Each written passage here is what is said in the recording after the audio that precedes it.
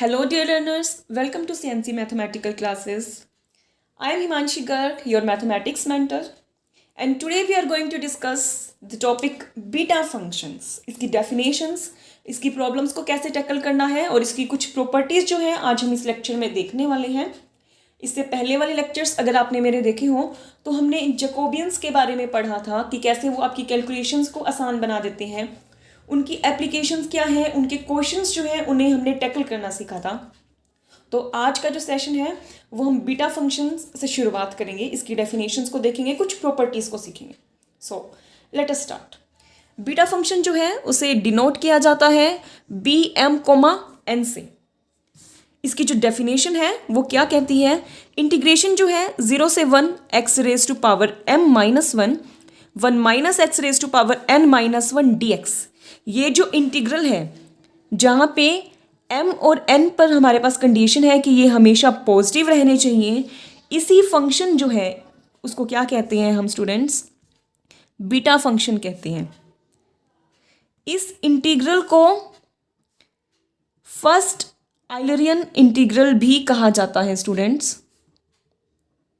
First आइलरियन integral जो है इसे कहा जाता है और इसे बीटा फंक्शन के नाम से भी जानते हैं. इसकी जो नोटेशन है वो ऐसे ही डिफाइन की जाती है बी एम कोमा एन. यहाँ पे आप अपने हिसाब से चेंज भी कर सकते हैं. एम कोमा एन की जगह किसी को आर कोमा एस लेना है तो कोई बात नहीं, ले लीजिए. तो आप यहाँ पे चेंज कर दीजिए. तो ये जो इंटीग्रेशन है जिसकी लिमिट्स है, डेफिनेट इंटीग्रल की लिमिट्स है 0 से 1 x raise to power m minus 1 minus x raise to power n minus 1 dx. इस स्पेशल टाइप के इंटीग्रल को जो है बीटा फंक्शन कहा जाता है. कोई ज़रूरी नहीं है कि m और n की वैल्यू इंटीग्रल ही हो, ये इंटीग्रल भी हो सकती है, नॉन इंटीग्रल भी हो सकती है. फॉर एग्जाम्पल अगर मैं आपको एग्जाम्पल देती हूँ, इंटीग्रेशन 0 से 1 x raise to 5 and 1 minus x raise to 4 dx. ये भी एक बीटा फंक्शन है. इंटीग्रेशन की लिमिट्स 0 से 1 जा रही है, x है, 1 माइनस एक्स है, उनकी कुछ वैल्यूज़ हैं. तो इसकी जो नोटेशन है वो आप कैसे लिखेंगे, m की वैल्यू क्या होगी और n की वैल्यू क्या होगी. जो हमारा फॉर्मूला है वहाँ से कंपेयर करके देखिए स्टूडेंट्स. यहाँ पे हम क्या, हमारे पास क्या है m माइनस 1 और यहाँ पे वैल्यू क्या है 5 है. तो m की वैल्यू क्या होगी हमारे पास 6. और उसी तरह से 4 जो है वो किसके इक्वल होगा स्टूडेंट्स, n माइनस 1 के, n माइनस 1 के. और n की वैल्यू हमारे पास क्या निकल गई 5. तो हम इसे क्या लिख सकते हैं, this is beta function of 6,5. अब यहाँ पे मैंने आपको एग्जाम्पल दिया, these are integral values right.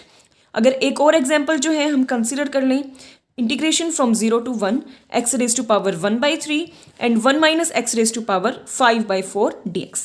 तो इस बीटा फंक्शन जो है इसको आप कैसे लिखेंगे स्टूडेंट्स, वही सेम तरीका कंपेयर कीजिए. m minus 1 is equal to 1/3. तो m की वैल्यू हमारे पास क्या मिलेगी 1 plus 1/3 which is 4/3. And similarly n minus 1 is equal to 5/4 और n की वैल्यू जो है हमें क्या मिल जाएगी स्टूडेंट्स 9/4. तो ये हमारे पास ये जो फॉर्मूला है ये किस बीटा फंक्शन का बन गया students, beta function of 4/3, 9/4 right. तो ये होता है हमारे पास बीटा फंक्शन. काफ़ी स्पेशल टाइप का जो है ये फंक्शन है. कई यूजेस हैं इसके. यूजेस को समझने से पहले हम इसकी कुछ प्रॉपर्टीज़ की बात करते हैं कि क्या स्पेशल प्रॉपर्टीज़ जो है इस इंटीग्रल के पास है जो हर इंटीग्रल के पास नहीं है. फर्स्ट प्रॉपर्टी की अगर हम बात करते हैं तो वो है सिमिट्रिकल फंक्शन होता है. ये फंक्शन जो है सिमिट्रिकल है. क्या मतलब है सिमिट्रिकल कहने का, बीटा चाहे आप m कोमा n लिख लीजिए या बीटा n कोमा m लिख लीजिए, दोनों की ही जो वैल्यूज़ हैं वो हमें सेम मिलती है. मतलब जैसे हमने इस एग्जांपल में लिखा बीटा फंक्शन ऑफ 4/3, 9/4. अगर आप इसे चेंज करके लिख देंगे ना, आप इसे ऐसे भी लिख देंगे स्टूडेंट्स 9/4, 4/3, तो भी कोई फ़र्क नहीं पड़ेगा, दोनों ही चीज़ें सेम हैं. अब आपको ऐसे लगेगा कि यहाँ फंक्शन में देखने में मैम अगर इन्हें हम चेंज कर देंगे तो ये जो वैल्यूज़ हैं ये इंटरचेंज हो जाएगी. मतलब x raise to 5/4 and 1 minus x raise to 1/3 बन जाएगा इंटीग्रेशन 0 से 1 dx. तो क्या वैल्यू चेंज नहीं होगी. सो स्टूडेंट्स चेंज नहीं होगी.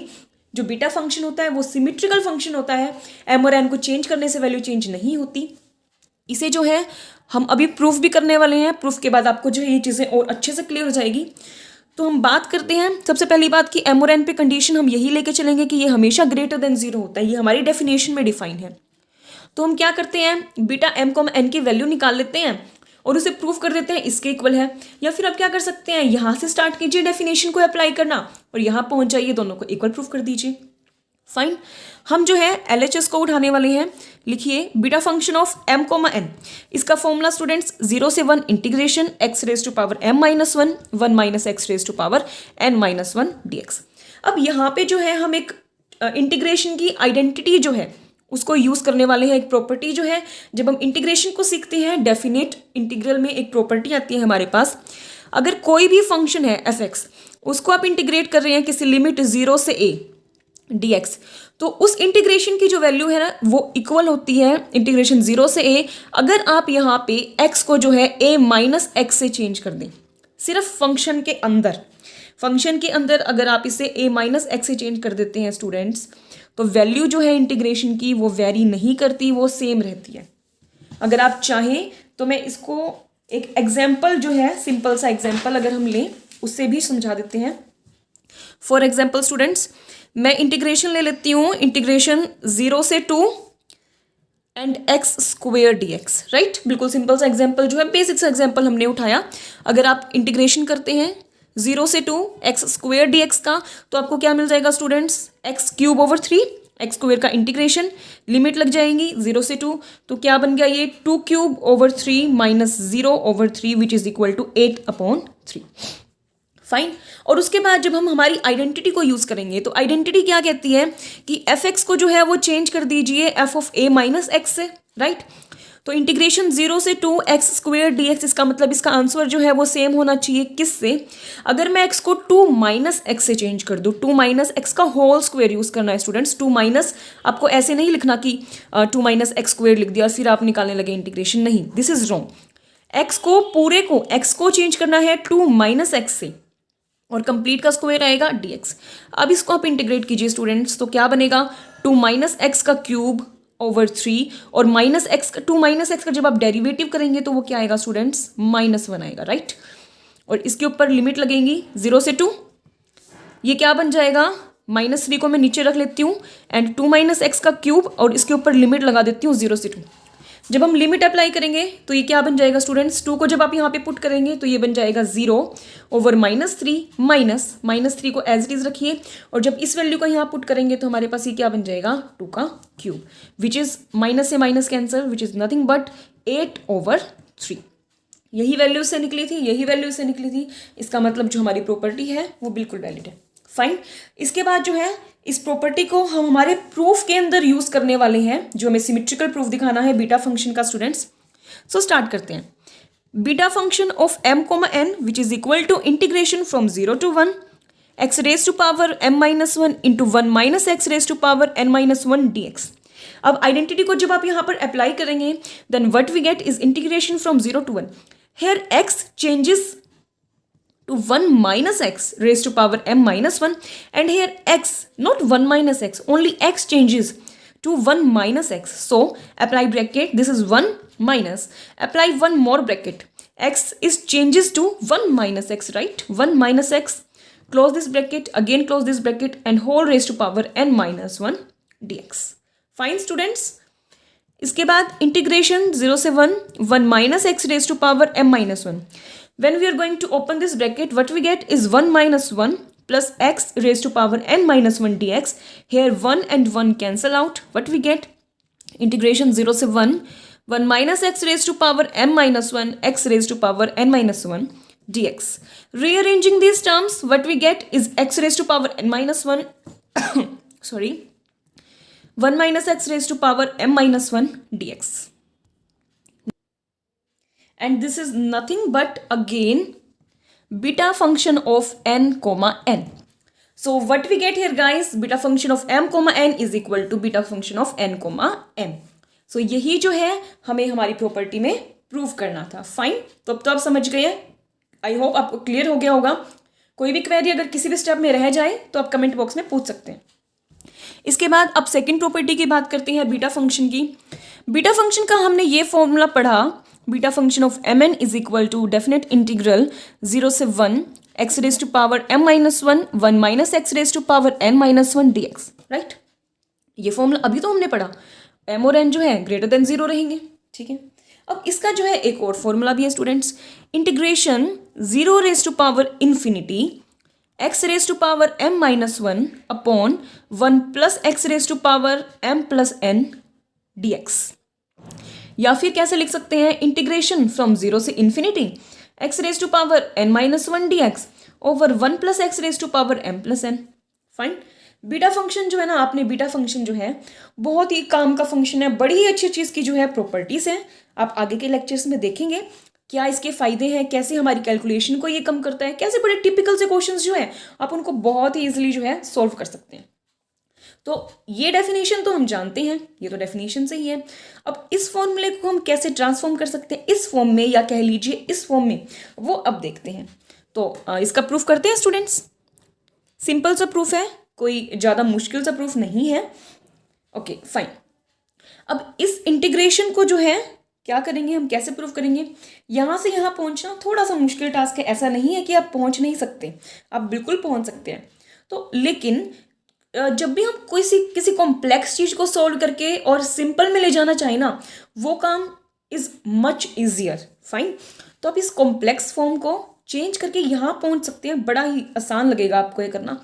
लेकिन यहाँ से यहाँ पहुँचना बहुत ज़्यादा सब्सटीट्यूशंस और लिमिट को ऐसे चेंज करना कि वो 1 से इन्फिनिटी पे चेंज हो जाए, तो ये थोड़ा सा डिफिकल्ट टास्क रहेगा। ऐसा नहीं है कि आप चेंज नहीं कर सकते।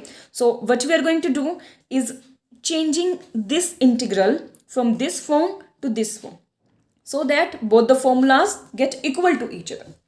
तो इसके लिए हम क्या करने वाले हैं स्टूडेंट्स, अब इसको देखिए। अब इसके इंटीग्रेशन जो है आपको से सोल्व करना है और कुछ इस तरीके से सब्स्टिट्यूट करना है कि जो लिमिट है इन्फिनिटी से वो 1 में चेंज हो जाए।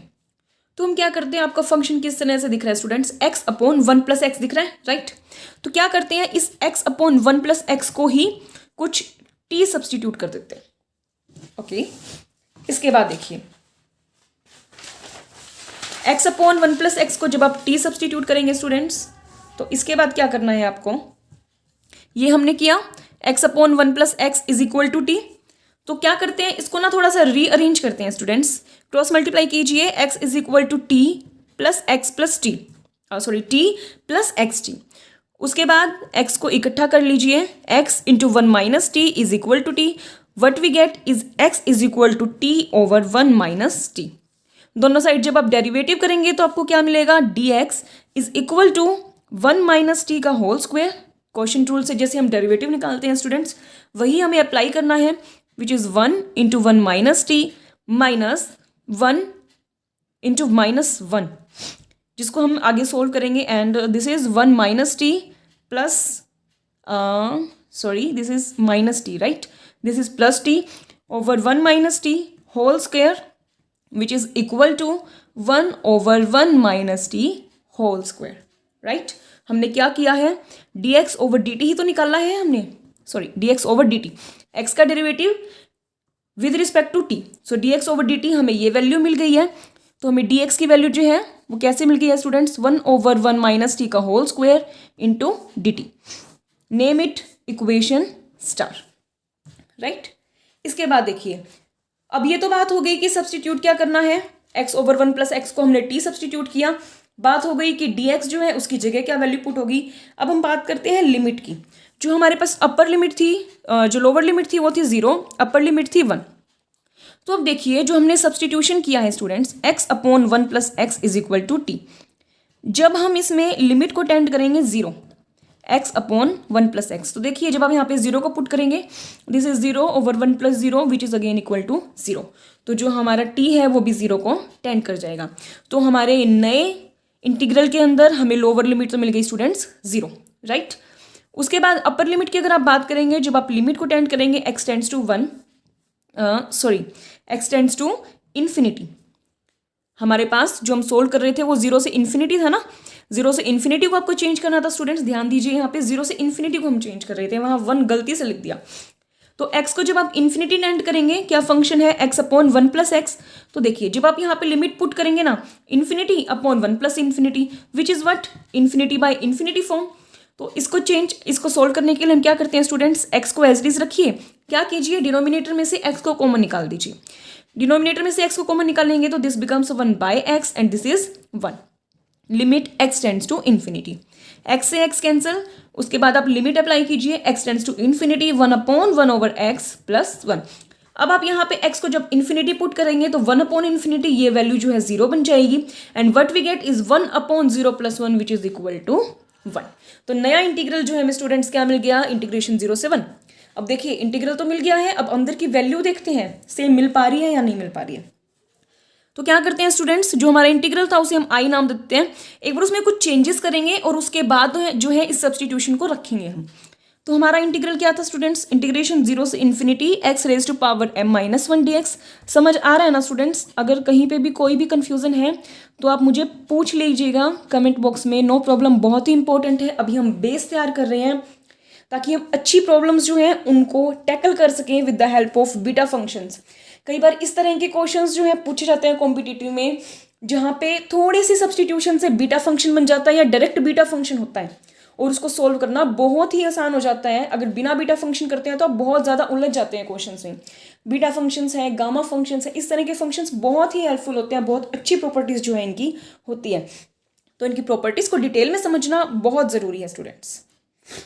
तो इसके बाद जो है स्टूडेंट्स हम क्या करने वाले हैं, यहाँ पे क्या कीजिए, पावर्स को जो है थोड़ा सा स्प्लिट कीजिए। इंटीग्रेशन 0 से इन्फिनिटी, इसे थोड़ा स्प्लिट कीजिए। अब x⁻m−1 है ऊपर, तो नीचे भी जो है आप क्या कीजिए, सेम पावर बना दीजिए। x⁻m−1 1 + x⁻m+n।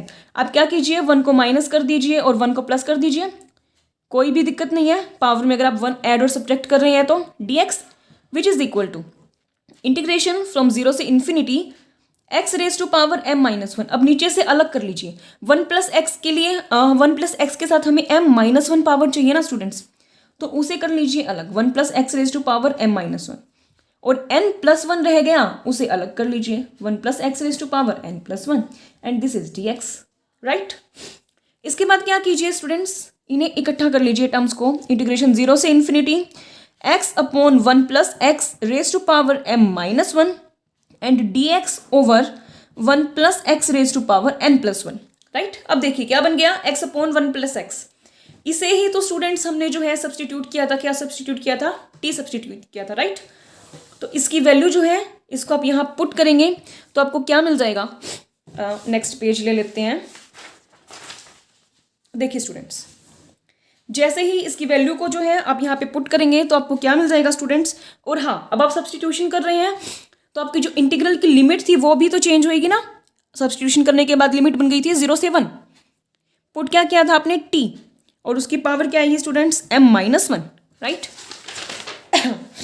उसके बाद जो वैल्यूज जो है आपको चाहिए वो क्या है, dx की वैल्यू जो है हमारे पास है, हमने dx की वैल्यू जो है सोल्व करके निकाली थी, which is dt over 1 - t का होल स्क्वायर। स्टूडेंट्स यहाँ पुट कर दीजिए, थोड़ा मैं स्पेस छोड़ रही हूँ, एक टर्म रहती है ना उसके लिए, ताकि आपको अच्छे से समझ में आए। dt ओवर 1 - t का whole square students, 1 - t⁻² whole 2। अब अगर आप यहाँ पे देखेंगे ना स्टूडेंट्स, तो ये एक टर्म तो रह गई 1 + x⁻n+1, तो बिल्कुल कोई दिक्कत नहीं है।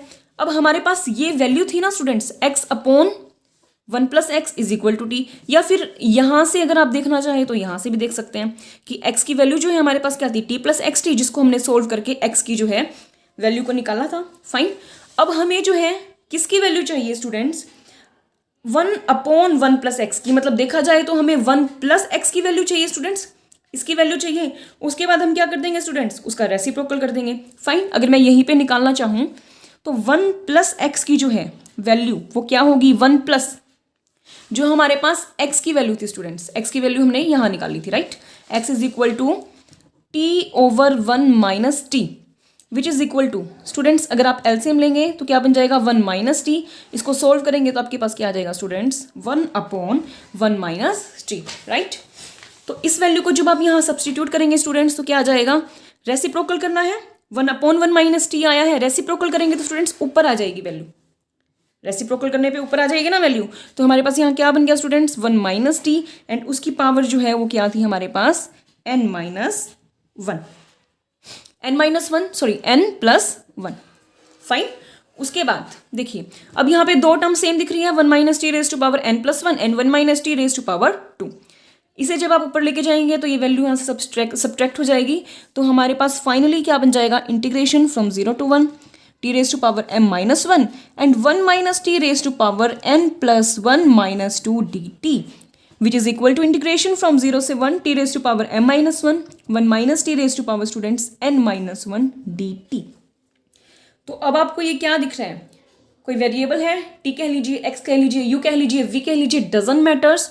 दिस इज इंटीग्रेशन फ्रॉम 0 से 1 t raised to power m minus 1 and 1 minus t raised to power n minus 1 dt, which is nothing but the beta function of m comma n, या फिर कह लीजिए beta function of n comma m, right. तो आपको क्या मिल गया students कि जो इंटीग्रेशन है 0 से infinity x raise to power m minus 1 dx upon 1 plus x raise to power m plus 1 is equal to beta function of m comma n। One more thing, m और n जो है symmetrical है, m और n को अगर आप interchange भी कर देते हैं तो भी कोई दिक्कत नहीं। तो आप इसको यहाँ ऐसे नहीं लिख सकते स्टूडेंट्स, इंटीग्रेशन फ्रॉम 0 से infinity x raise to power n minus 1 dx over 1 plus x raise to power n plus m, या फिर इसे कैसे लिख लीजिए, इंटीग्रेशन 0 से infinity x raise to power n minus 1 upon 1 plus x raise to power m plus n dx। तो यही थी दूसरी इक्वेलिटी जो हमें प्रूव करनी थी स्टूडेंट्स। तो यही जो है प्रॉपर्टी है बीटा फंक्शंस की। आज हमने दो प्रॉपर्टीज जो है बीटा फंक्शन की उनको डिस्कस किया। नेक्स्ट लेक्चर में हम कुछ और प्रॉपर्टीज जो है बीटा फंक्शंस की उन्हें डिस्कस करने वाले हैं। कुछ इनकी एप्लीकेशंस को देखेंगे कि कैसे प्रॉब्लम्स को टैकल करना है, और फिर हम उनकी एप्लीकेशंस को सीखेंगे कि बीटा फंक्शन जो है कैसे आपकी कैलकुलेशन को आसान बना देता है। और इससे पहले वाले लेक्चर्स में हमने जैकोबियन के बारे में पढ़ा था, उसकी एप्लीकेशंस देखी थी। अगर आपने वो लेक्चर्स नहीं देखे हैं तो आप जाकर देख सकते हैं स्टूडेंट्स। जैकोबियन भी जो है हमारी कैलकुलेशन में बहुत हेल्प करता है। हमने उसकी एप्लीकेशंस देखी थी कि कैसे आप थोड़े कॉम्प्लेक्स से फंक्शन को देख के आप कैसे बता सकते हैं कि वो फंक्शंस फंक्शनली डिपेंडेंट है या फंक्शनली डिपेंडेंट नहीं है। अगर आपको कोई भी क्वेरी है तो आप कमेंट बॉक्स में मुझसे पूछ सकते हैं। और अगर आपको मेरा कंटेंट अच्छा लगता है, हेल्पफुल लगता है, तो प्लीज़ मेरे चैनल को सब्सक्राइब कर दीजिए अगर आप नए हैं तो, और अगर पुराने हैं तो देन इट्स फाइन, पर मेरी वीडियोस को लाइक ज़रूर कीजिए, सब्सक्राइब ज़रूर कीजिए। कोई भी क्वेरी है आप कमेंट बॉक्स में पूछ सकते हैं। आने वाली वीडियोस में हम बहुत अच्छे टॉपिक्स जो हैं उनको कवर करने वाले हैं, जैसे कि गामा फंक्शंस हैं, और मैं जनरली कुछ वीडियोस जो हैं जनरल एप्टीट्यूड पे भी डालती हूँ। अगर कॉम्पिटिटिव की आप तैयारी कर रहे हैं तो वो भी आपके लिए बहुत ही हेल्पफुल होने वाली हैं students. So thank you so much and have a nice day.